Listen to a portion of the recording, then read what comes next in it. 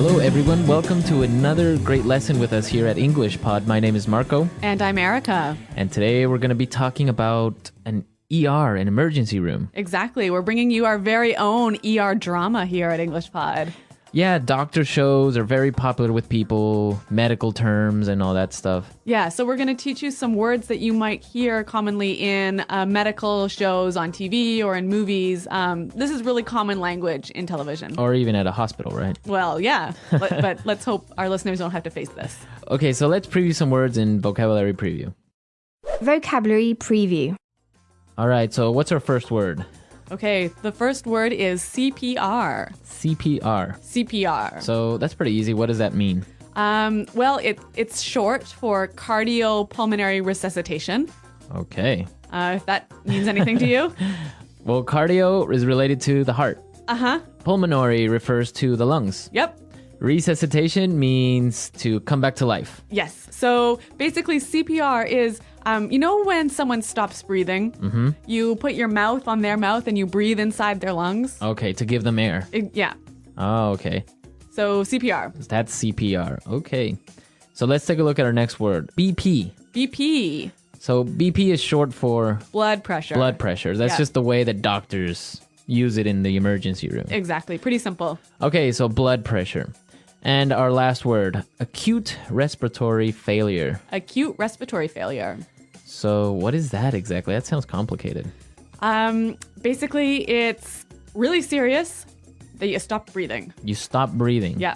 Okay. So if you go into acute respiratory failure, then the doctor or somebody has to perform CPR. Right. All right, cool. Okay, so we've previewed these three great words. Now let's listen to our dialogue for the first time.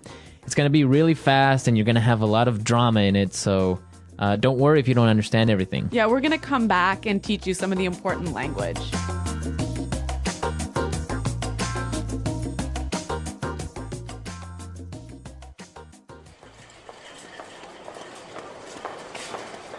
Help! Are you a doctor? My poor little Frankie has just stopped breathing. Oh my gosh, help me. I tried to perform CPR, but I don't know if I could get any air into his lungs. Oh, Frankie. Ellen, get him hooked up to a monitor. Somebody page Dr. Hauser. Get the patient to hold still. I can't get a pulse. Okay, he's on the monitor. His BP's falling. He's flatlining. No! Frankie! Doctor, do something! Someone get her out of here. Get me the defibrillator. Okay, clear? Again, clear? Come on, damn it, I'm not letting go of you. Clear! I got a pulse. Okay, what's happening? Patient is in acute respiratory failure. I think we're going to have to intubate. All right, tubes in. Bag him. Somebody give him 10 cc's shot of adrenaline. Let's go. People, move, move.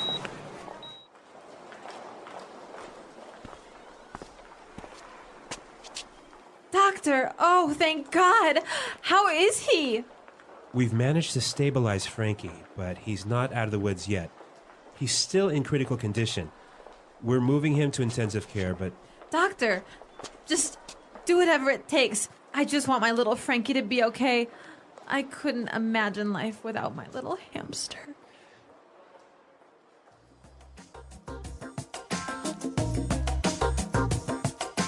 Wow, so much drama over a little hamster. Yeah, a little pet, A hey? little pet, the little hamster. Well, you know what? I can relate to this owner, and I'm going to tell you a little bit more about that later. Yeah, I know you have a really good story about this. Yeah, but in the meantime, let's look at some great language in Language Takeaway. Language takeaway. All right, so let's take a look at our first word. Intubate. Intubate. Intubate. Intubate. So this is a medical procedure. Exactly. When a patient can't breathe properly, sometimes the doctor takes a long tube and puts it into their mouth and down their pipes, I guess, down their breathing tube. Right. So that they can breathe better. Okay, so that's to intubate. Yes. Okay, so once they've intubated the patient, they start to bag him. Yeah, bag him. Bag him. Bag him. Does that mean they like put a bag over the person's head or something? No. So there's a bag attached to this intubation tube, and you squeeze it to put air into the lungs. Okay, so you squeeze this bag and it puts air Yeah. through the tube. I think this is just medical slang. Yeah, I guess bag him. Yeah, but you hear it all the time on TV, so it's Right. important our listeners know it. Okay.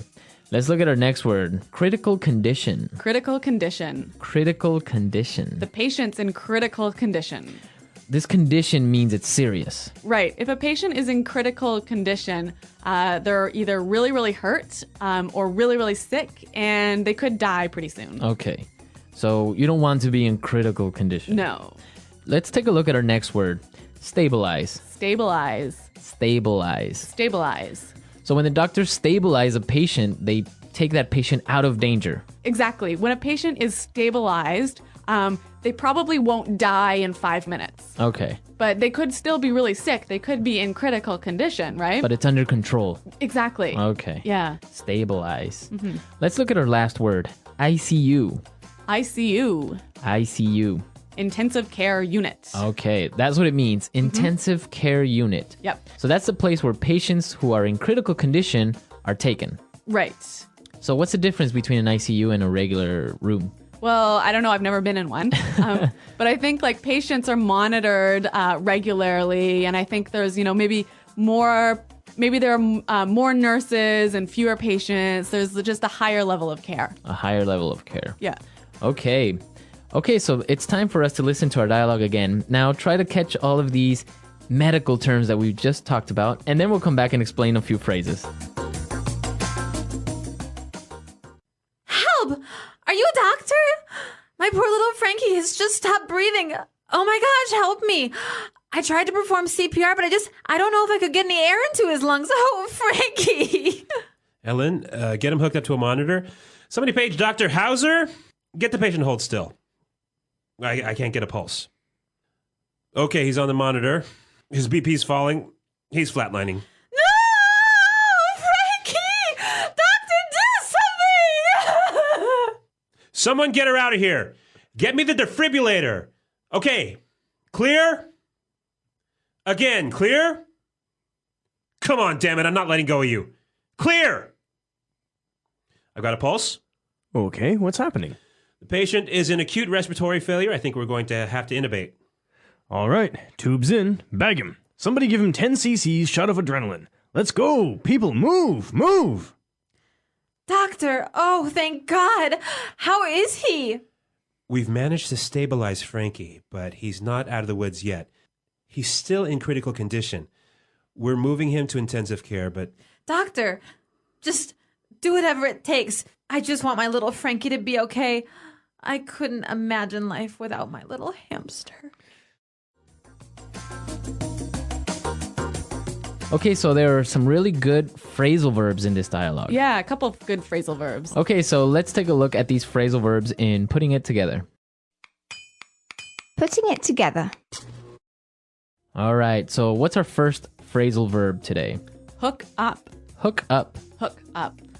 So to hook up. So when we talk about hooking something up, we are usually talking about electronics, right, Marco? Yeah, you usually hook up your TV or Yeah. your computer. Yeah.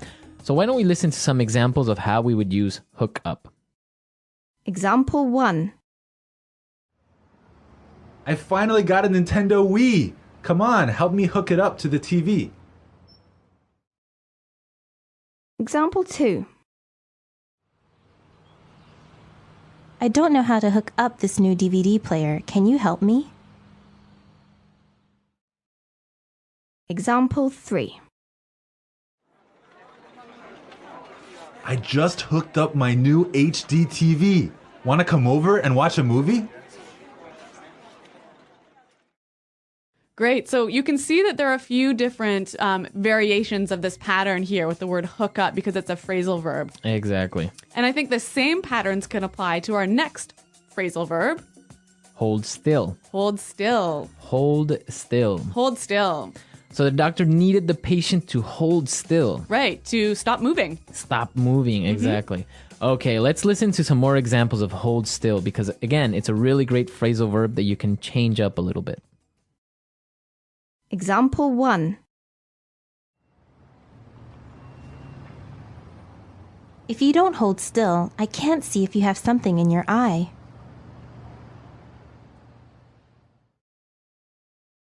Example 2. Hold still while she cuts your hair, or else she might make a mistake.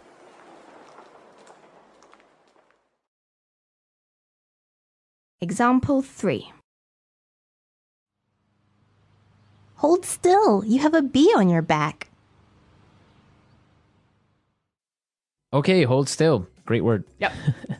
All right, one final phrase for you. Out of the woods. Out of the woods. Out of the woods. Out of the woods. So when someone's out of the woods, they're, Free from danger. safe. Okay, safe. Yeah. I guess it's kind of a saying. Yeah. Like, I'm out of the woods. Yeah. I'm Yeah. free. I'm safe. I guess there are two variants of this phrase. We can say, I'm out of the woods, or we're out of the woods, or I guess we're not out of the woods yet. Uh-huh. Yep. So, okay. Out of the woods. Okay, so now it's time for us to listen to our dialogue again. And when we come back, Eric is going to tell us about her ER story.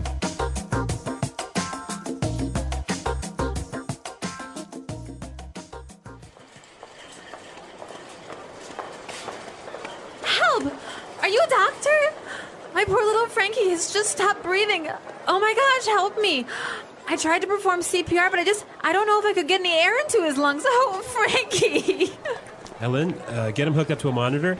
Somebody page Dr. Hauser. Get the patient hold still. I can't get a pulse. Okay, he's on the monitor. His BP's falling. He's flatlining. No! Frankie! Doctor, do something! Someone get her out of here. Get me the defibrillator. Okay, clear? Again, clear? Come on, damn it, I'm not letting go of you. Clear! I got a pulse. Okay, what's happening? Patient is in acute respiratory failure. I think we're going to have to intubate. All right, tubes in. Bag him. Somebody give him 10 cc's shot of adrenaline. Let's go. People, move, move.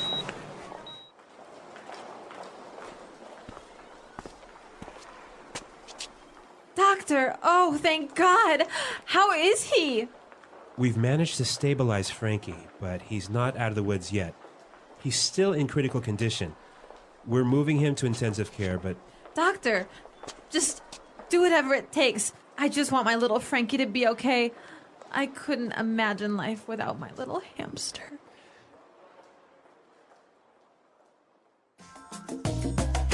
Okay, Erica, so what happened? What emergency did you have?